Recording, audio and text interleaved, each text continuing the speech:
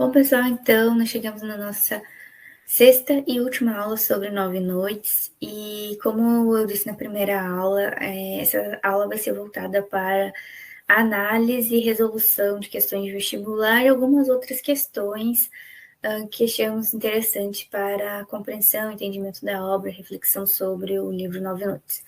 Então vamos começar a nossa sexta aula sobre 9 noites. E antes de ir propriamente para as questões do vestibular, vamos fazer a nossa retomada sobre o que aconteceu na aula 5. Então, na aula 5, nós vimos um pouco sobre a fragmentação do sujeito, como ele é apresentado na obra. Vimos também como ele está ligado com a crise existencial do Quine. Vimos algumas questões de ambiguidades que aparecem na obra e que ajudam a colocar sempre em questionamento o que é real e o que é ficção. Vimos um pouco sobre a simbologia, principalmente a presença dela no título da obra.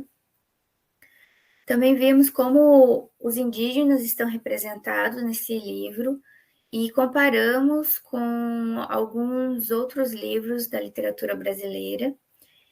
E também vimos um pouquinho sobre a multiculturalidade e a aculturação.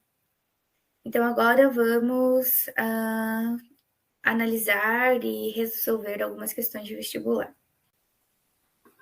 Bom, pessoal, então vamos falar sobre as questões do vestibular. A primeira questão que nós temos aqui é a questão da UFPR de 2018-2019.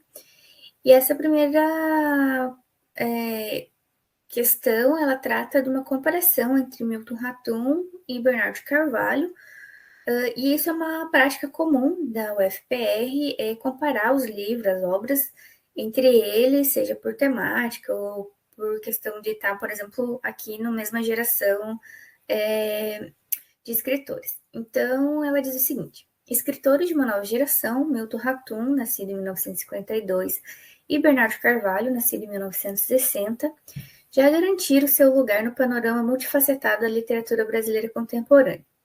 Relato de um Certo Oriente, publicado em 1989, marcou a estreia de Milton Ratum na literatura. 9 Noites, publicado em 2002, é o 7º livro lançado por Bernardo de Carvalho, que estreou na literatura em 1993 com o livro de contos Aberração. A respeito das comparações entre Relato de um Certo Oriente e 9 Noites, considere as seguintes afirmativas. E aqui eu vou analisar apenas a parte de 9 Noites, porque infelizmente eu não tive como ler a obra do Milton Ratum, eu ainda não tive essa oportunidade, então eu só vou analisar a parte de 9 Noites, mas darei a resposta, né, dessa questão. Então, a primeira afirmativa, ela diz o seguinte: Bernardo de Carvalho, por sua vez, tenciona o realismo pela inclusão na ficção de fatos e personagens históricos, autobiografia e experiências pessoais. Bom, nós podemos considerar como uma afirmativa correta, porque isso nós percebemos muito durante essas aulas que nós tivemos juntos, que a obra de Bernardo Carvalho, principalmente 9 Noites, ele busca trazer muito essa relação entre fatos reais, personagens reais, misturando a ficção. Então, podem considerar essa primeira afirmativa correta. A segunda afirmativa, eles colocam: através de estratégias diferentes, os dois romances buscam compreender o passado, conscientes da obrigação histórica de recuperá-lo tal como aconteceu. 9 Noites investiga a morte de um antropólogo no sul do Maranhão para entregar ao leitor a solução de um mistério até então não resolvido. Bom, aqui a gente já tem dois problemas. Primeiro, que o livro 9 Noites não tenta recuperar o passado como ele aconteceu, porque ele não sabe exatamente o que aconteceu. Então, não tem como ele recuperar esses fatos. Ele só tem um único fato, que foi o suicídio do Quine. Ele investigou algumas coisas, ele tem algumas informações, mas ele não sabe realmente o que houve. E também ele não entrega nenhuma solução a respeito do suicídio do Quine. Apesar de toda a investigação, ele não chega a uma solução. Então, é uma afirmação errada. Afirmação 3. O título do romance de Bernardo Carvalho se refere às 9 noites que o antropólogo Quine passou em companhia de Manuel Perna durante sua estada entre os índios Craho. Bom, a gente viu que tem algumas simbologias com relação ao 9 com relação à noite, mas sim, faz muito sentido isso. O Manuel Perna até deixa isso bem claro numa das cartas dele, que ele passou com o Belquai 9 noites, e nessas 9 noites ele soube muito da vida do Belquai e ele deixou um pouco disso registrado. Então, sim, essa afirmativa está correta. Então, a afirmativa 4, ela trata do seguinte: em 9 noites, a narração do jornalista volta a momentos centrais da história do Brasil no século XX, ou seja, o Estado Novo, a ditadura militar e o período democrático, marcando a situação de vulnerabilidade permanente dos índios no mundo de brancos. Sim, isso realmente fica bem posto na obra. Nós temos o Estado Novo, assim que o Bonquan chega no Rio de Janeiro e vai viver com os índios Trumá e logo depois os Crahô. Nós temos a ditadura militar, que é na época em que o pai do narrador jornalista vai fazer a compra das terras na região amazônica. E nós temos o período democrático, que é a visita, por exemplo, do narrador jornalista na tribo Cararro para tentar descobrir um pouco mais sobre o Belquai. E nesses 3 momentos nós percebemos que não há muita mudança com relação a como os indígenas são tratados, e então isso fica bem, realmente marca bem essa vulnerabilidade deles. Então é uma afirmativa correta. E a quinta afirmativa diz que, da mesma forma, o narrador jornalista de 9 noites visita inúmeras vezes os índios Crahô, em busca de informações sobre o suicídio de Buelquai. Não, o narrador jornalista só visita a tribo Crahô uma única vez na obra, e é uma visita que marca muito ele num sentido bem negativo. Ele ficou muito atormentado nessa visita e não gostou da experiência que teve, então ele não faz outras visitas. E também ele não conseguiu tantas informações quanto ele imaginava, então também não faz muito sentido. Então aqui nós percebemos que somente as afirmativas 1, 3 e 4 estão corretas, e pelo menos pelo lado da obra 9 Noites. Então, quem leu Um Certo Oriente deve saber qual a parte correta dessas questões, mas de acordo com o gabarito que nós temos, é somente as afirmativas 1, 3 e 4, ok? Então, a próxima questão também é da Federal, e é do ano de 2019, 2020, e eles apresentam um trecho de uma obra da Ruth Bennett, e então vamos ler para ver como eles solicitam a relação entre 9 Noites e esse trecho da obra do ensaio de Ruth Bennett. Então, o romance 9 Noites apresenta o antropólogo Bill Quine como um aluno da antropóloga estadunidense Ruth Bennett. Ambos são personagens reais e atuaram efetivamente como pesquisadores da área. A tentativa de representar aspectos ligados aos povos indígenas retoma a temática da literatura brasileira presente, ao menos, desde a poesia de Gonçalves Dias e de outros indianistas anteriores e posteriores a ele. Considerando isso, leia o trecho abaixo, extraído de um ensaio de Ruth Bennett, originalmente publicado em 1934. Nem a razão para usar as sociedades primitivas para discutir as formas sociais tem necessária relação com uma volta romântica ao primitivo. Essa razão não existe com o espírito de poetizar os povos mais simples. Existem muitos modos pelos quais a cultura de um ou outro povo nos atrai fortemente nesta era de padrões heterogêneos e de tumulto mecânico confuso. Mas é por meio do regresso aos ideais preservados para nós pelos povos primitivos que a nossa sociedade poderá curar-se de suas moléstias. O utopismo romântico se dirige aos primitivos mais simples, por mais atraente que seja, às vezes tanto poder ser no estudo etnológico um empecilho como um auxílio. Então, a partir disso, e da leitura de 9 Noites, temos que assinalar a alternativa em que a representação dos povos primitivos é condicionada pelo que a autora denomina de utopismo romântico, ou seja, segundo a definição dela mesma, o espírito de poetizar os povos mais simples. Então, a questão A, todas essas questões apresentam trechos da obra 9 Noites. Então, a questão A diz o seguinte: não entendi o que dera na cabeça dos índios para se instalarem lá, o que me parecia de uma burrice incrível, se não um masoquismo e mesmo uma espécie de suicídio. Então, aqui ele não tem uma romantização do indígena, ele não tem uma perspectiva idealizada, então não seria a afirmativa correta. A questão B. São órfãos da civilização, estão abandonados. Precisam de alianças no mundo dos brancos, um mundo que eles tentam entender com esforço e, em geral, em vão.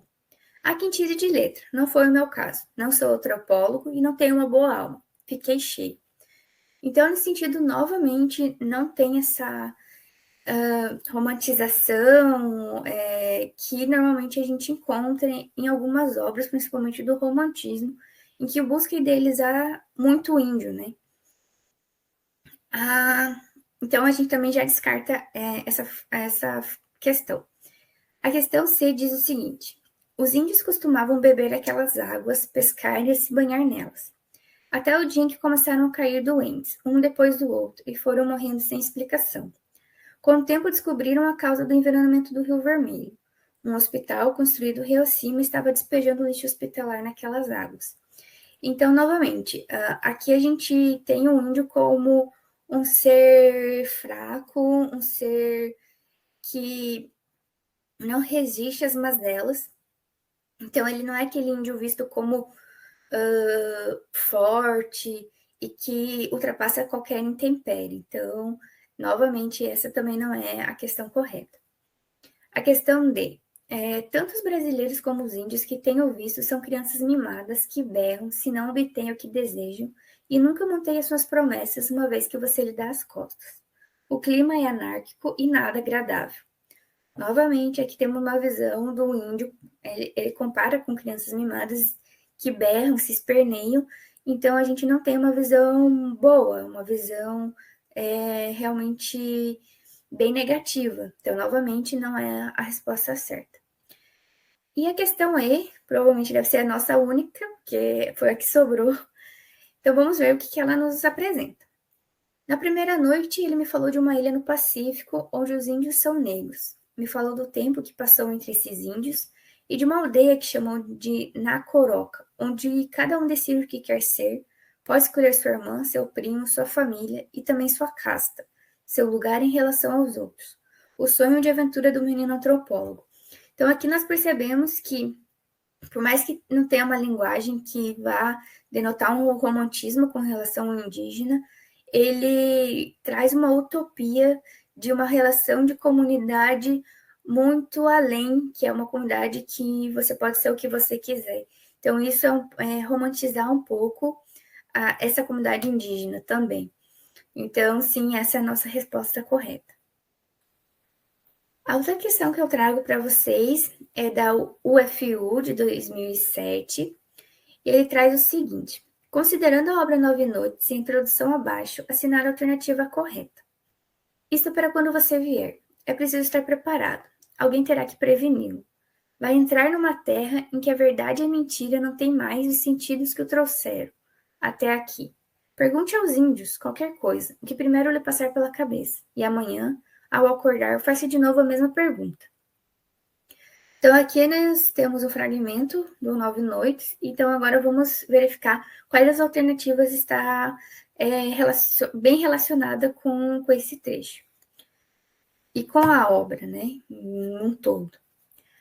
O fragmento acima refere-se à carta que Buell Quine escrevera antes de cometer o suicídio e que fora deixado para Manuel Perna, seu grande amigo, como forma de atestar a inocência dos índios.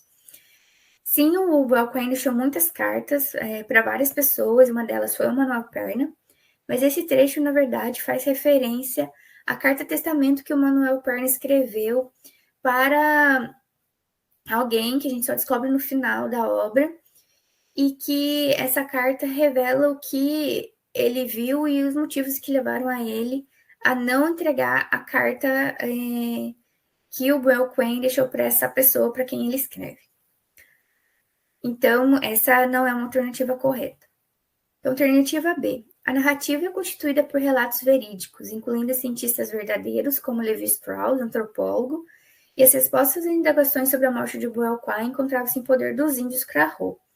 Bom, aqui a gente tem uma parte correta da questão, que é, sim, a narrativa era constituída por alguns relatos verídicos, alguns cientistas realmente existiram, mas não havia uma resposta sobre a morte do Belquai, então não tinha nada com os Krahô, então essa resposta está errada.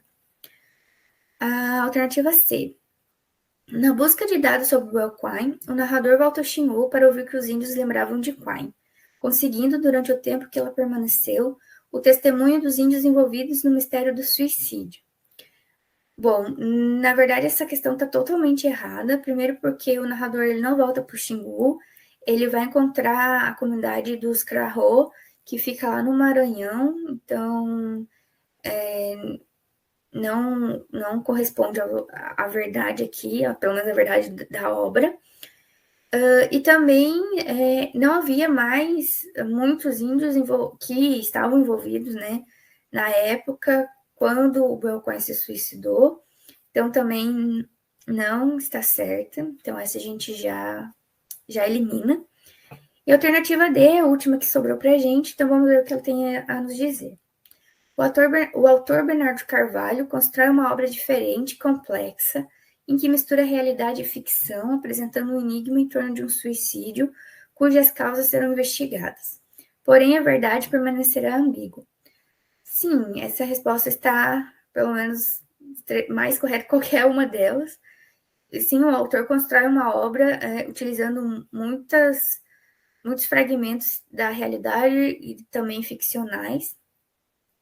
E a gente fica com um enigma, né, sobre o suicídio, que a gente pode achar diversas causas na obra sem realmente dizer qual foi realmente a causa principal.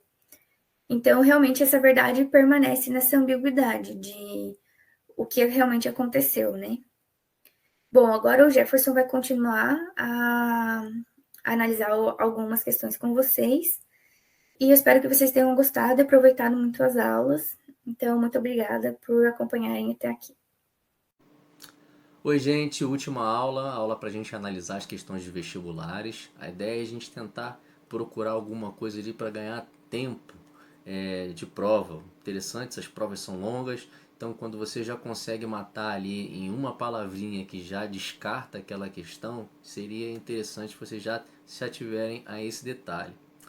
Vamos lá. Publicado em 2002, Nove Noites narra as desventuras do jovem antropólogo estadunidense Boyle Quinn durante sua estada no Brasil no final da década de 30. Quanto às características e o enredo do romance, assinale a alternativa falsa, tá? Em letras garrafais, é a falsa. O relato dos fatos reais é inquestionavelmente verdadeiro, uma vez que Boyle Quinn existiu e esteve no Brasil para desempenhar uma pesquisa. Bernardo Carvalho desenvolve na dimensão ficcional fatos ocorridos, confundindo o leitor por meio de uma narrativa híbrida em que o mistério em torno do suicídio de Quinn não é resolvido. C. Há na obra dois focos narrativos: Manuel Perna, engenheiro da cidade de Carolina, e o amigo de Buell, um jornalista, um narrador investigador anônimo. Realmente ele não é nominado, né? Letra D. 63 anos depois da morte de Buell, a curiosidade do narrador investigador é despertada por meio da leitura de um artigo de jornal. Letra E. Enquanto o narrador investigador deseja revelar o motivo por quem se matou, Manuel Perna parece tentar preservá-lo. Então a gente tem aqui esses elementos. Vamos tentar extrair o que a gente consegue. Poxa, o Bernardo desenvolveu realmente confundiu o leitor por meio da narrativa híbrida? Pô, foi feito isso aí. Em que o mistério em torno do suicídio não é resolvido? Pô, tá verdade, então não é essa aí. Essa tá dada. Há na obra dois focos narrativos, o Manuel Perna e o jornalista. Isso aí é fato, questão dada. 63 anos depois da morte de Buell, a curiosidade do narrador investigador é despertada por meio da leitura de um artigo de jornal. Isso é verdade. Vocês lembram que a gente falou sobre a intertextualidade da Marisa Correia, a antropóloga realmente que existiu e que escreveu o artigo que motivou toda essa procura, né, e a escrita do romance pelo Bernardo Carvalho. Isso é verdade. E a questão do Manuel Perna tentar preservá-lo, ele falava, olha, fiz de tudo para não ter inquérito, fiz de tudo para não falhei, não sabia responder algumas coisas, temos que preservar a memória do Dr. Buell. Então todas essas são alternativas verdadeiras, mas a gente podia matar isso logo de cara. Na alternativa A a gente tem ali o advérbio que nos deixa muito claro que essa resposta está falsa.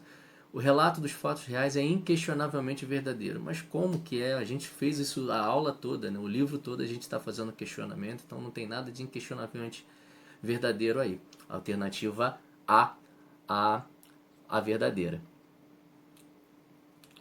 Vou baixar aqui para ficar pronto. Vamos lá. Embora esse romance seja construído em grande parte com base em fontes factuais, a alternância entre os dois grandes planos narrativos, que é a longa carta de Manuel Perna e a pesquisa do narrador investigador, não permite que se chegue às verdadeiras razões que levam Boaquem a suicídio, mas sim a conjecturas possíveis, pois os elementos memória e ficção são partes constitutivas do processo de construção da narrativa. Aqui a gente pode ver, vocês vão ver que às vezes o próprio mesmo vestibular às vezes vai fazer isso. Uma questão acaba ajudando a responder a outra. Ou seja, se a gente falou que na última questão agora ele não resolvia, então a gente, para essa questão estar errada, ela tem que ter algum elemento ali que não esteja de acordo com a obra. E ela não apresentou isso. Então vamos ficar com ela ainda não deu para ser descartada. Retomando certa corrente da tradição literária brasileira, o romance-reportagem, tradição esta que remete à década de 70, esse romance apresenta o que se pode denominar de uma versão realista sobre o suicídio de Boaquem. Não! Ele fala várias vezes sobre de imaginar alguma coisa, de que não tinha, então a gente já começa a largar aí de fora. Já esquece essa questão, já não precisa nem terminar de ler para você ganhar tempo de prova. Construído a partir da alternância entre os dois grandes planos narrativos, a longa carta de Manuel Perna e a pesquisa do narrador, os reais motivos que levaram Boaquem ao suicídio são revelados. Poxa, lá em cima a gente já falou, a questão anterior já falou também, então já mata essa aí. Não foi nada revelado, não precisa nem continuar lendo essa questão. Ela está errada.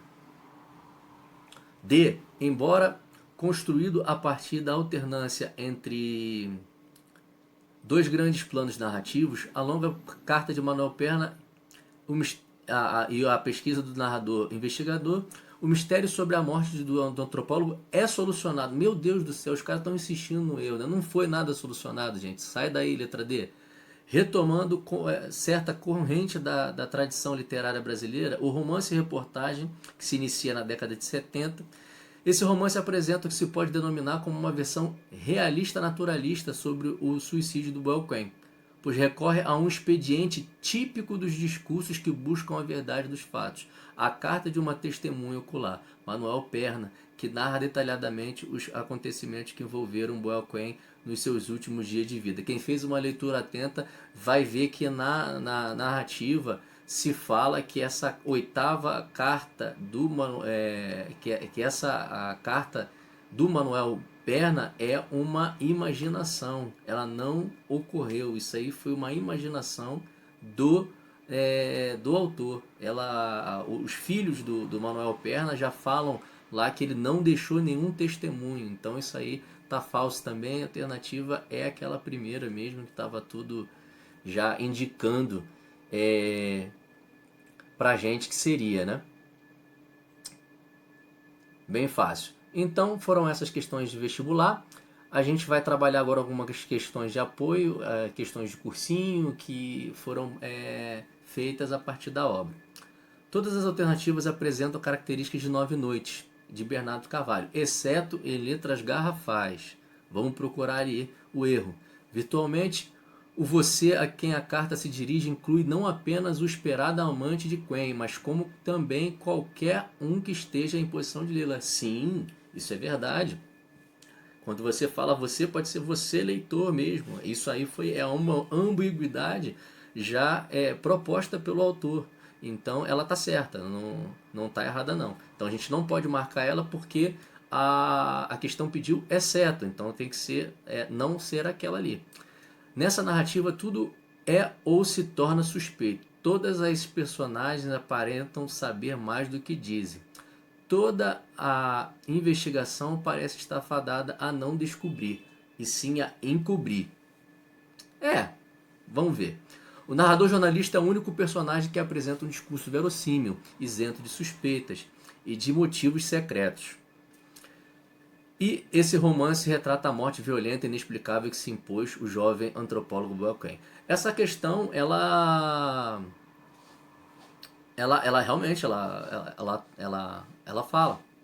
Agora, ela fala uma verdade. Agora, vamos lá. O narrador jornalista é o único personagem que apresenta um discurso verossímil, isento de suspeitas e de motivos secretos. Não, a gente sabe que também tem as suas implicâncias. Ninguém ali tá.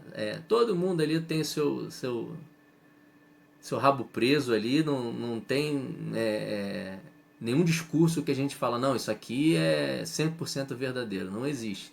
Então, a alternativa C é a resposta. A gente vai deixar mais alguns exercícios lá na sala virtual. Então, se vocês quiserem estar lá, vai estar com gabarito também. Deem uma olhadinha, tem um textinho já para poder tirar a dúvida. E qualquer coisa a gente também fica à disposição lá na sala.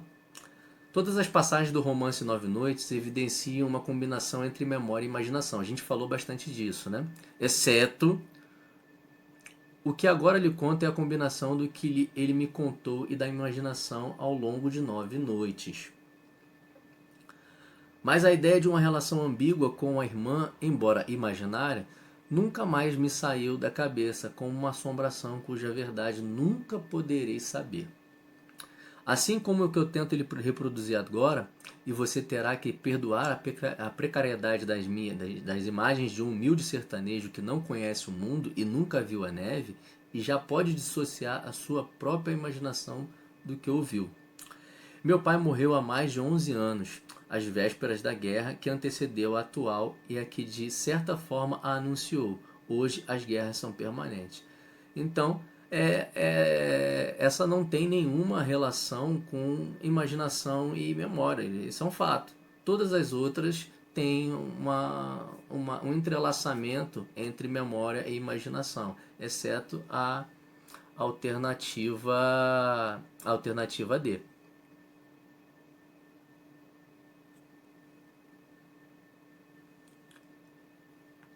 Há momentos em Nove Noites em que o narrador, autor, tece comentários sobre o tipo ou gênero da sua própria narrativa, como exemplificam todas as passagens abaixo, exceto, novamente ele vem com exceto. Tentei lhe explicar que pretendia escrever um livro e mais uma vez o que era um romance. Olha só ele falando dele, o livro falando dele, né? Aquela questão da metalinguagem que a gente falou. O que era um livro de ficção e mostrava o que tinha nas mãos, que seria tudo historinha sem nenhuma consequência na realidade. As minhas explicações sobre o romance eram inúteis. Eu tentava dizer que para os brancos e que não acreditavam em deuses, a ficção servia de mitologia. Era o equivalente aos mitos dos índios. E antes mesmo de terminar a frase, já não sabia se o idiota era ele ou eu. 2 vezes entrevistei Lévi-Strauss em Paris, muito antes de me passar pela cabeça que um dia viria a me interessar pela vida e pela morte de um antropólogo americano que ele conhecera em sua breve passagem por Cuiabá. Tomei o avião para Nova York com menos de uma certeza, a de que não teria encontrado mais nada. Ou seja, se ele não encontrou mais nada, ele inventou todo o resto. É ficção, está falando do próprio livro. Alternativa C. Gente, então a gente vai deixar o material para vocês aqui na descrição. A gente está disponível lá na sala também para poder conversar sobre o livro. Foi muito bom trabalhar esse livro com vocês. Eu espero que vocês aproveitem o material. E desejo para vocês uma boa prova. Leiam Nove Noites, leiam mais de uma vez. Vocês vão ver que vocês vão ter percepções diferentes na obra. E eu espero que a gente possa ter plantado pelo menos uma sementinha aí para que vocês já tenham alguma leitura agora um pouquinho mais apurada. Foi um ótimo trabalho ficar com vocês, um prazer enorme e qualquer coisa estamos lá na sala virtual. Um grande abraço para vocês, até mais!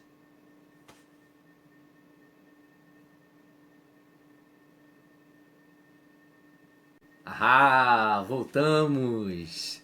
Voltamos somente para deixar uma questão bônus para vocês. Foi muito bom fazer esse trabalho. E aí a gente aproveitou para fazer uma questão diretamente para vocês, dedicada para vocês. Fizemos uma adaptação de algumas questões que a gente viu e nós criamos essas para vocês. Então vocês não vão ver em outro lugar.